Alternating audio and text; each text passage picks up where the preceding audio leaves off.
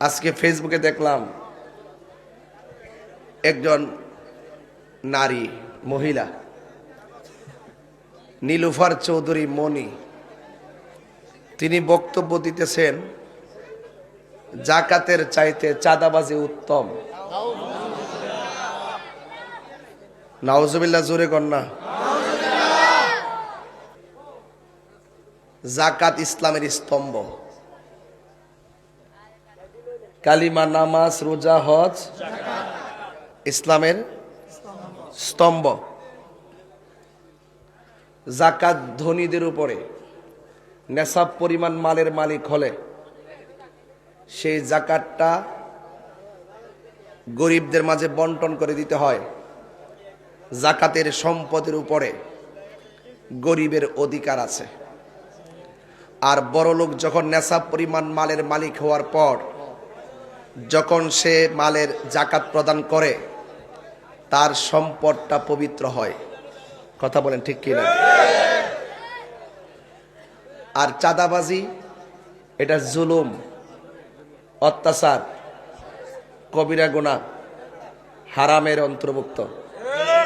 কথা কন ঠিক কিনা?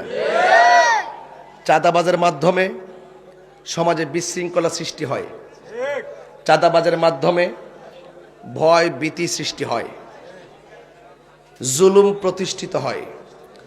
আর জাকাতের মাধ্যমে অর্থনৈতিক উন্নতি সাধিত হয়। সমাজ বিনির্মাণে জাকাত একটি গুরুত্বপূর্ণ ভূমিকা রাখে।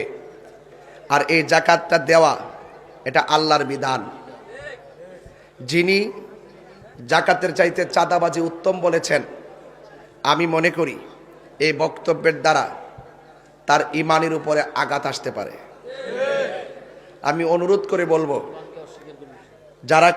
যারা কোরআন হাদিস বুঝেন না, যারা ইসলাম সম্পর্কে অনভিজ্ঞ, আপনারা একটা জিনিস না জেনে 100% শতভাগ অভিজ্ঞতা অর্জন না করে অন্তত ইসলামের ব্যাখ্যা দিতে যাবেন না। মন গড়া ব্যাখ্যা দিলে এতে আপনার ঈমান ধ্বংস হবে। আপনার কথার দ্বারা অসংখ্য মানুষ প্রতারিত এবং ধোঁকায় পড়বে। আমি নীলুফার চৌধুরী মনিকে বলবো, সম্ভবত তিনি আমার সিনিয়র হতে পারে, আমি বিনীত অনুরোধ করে বলবো, আমার এই বক্তব্য পাওয়ার পর আপনি দয়া করে আপনার বক্তব্য এক্সপান্স করবেন।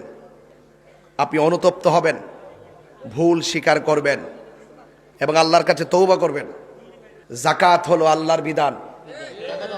আর চাঁদাবাজি এগুলো মানুষের সৃষ্ট ধোঁকাবাজি, জুলুম, অত্যাচার এবং এবং হারামের অন্তর্ভুক্ত। এই জন্য একটি হারাম কর্মকাণ্ডের সঙ্গে আল্লাহ পাকের বিধানকে তুলনা করার কারণে আপনি অনতিবিলম্বে জাতির কাছে অনুতপ্ত হন, আল্লাহর কাছে ক্ষমা চান, তওবা করেন। এর চাইতে কি সুন্দর ভাষা হতে পারে? আমি আশা করব যারা যে রাজনীতি দল করেন অসুবিধা নাই, ইসলামকে ব্যবহার করে মন গড়া ব্যাখ্যা দিবেন না। কথা বলেন ঠিক না বেটি? কারণ সুন্নি জামাতের প্রেমিকরা এখনো জিন্দা আছে। কথা বলেন না কেন আপনারা? কে কোন দল করে আমি জানি না। ইসলামের বিপরীতে আমার দলের লোক যদি কোনো অন্যায় করে সেখানে আমি প্রতিবাদ করবই। এটাই সুন্নিদের আদর্শ। কথা বলেন ঠিক কি না?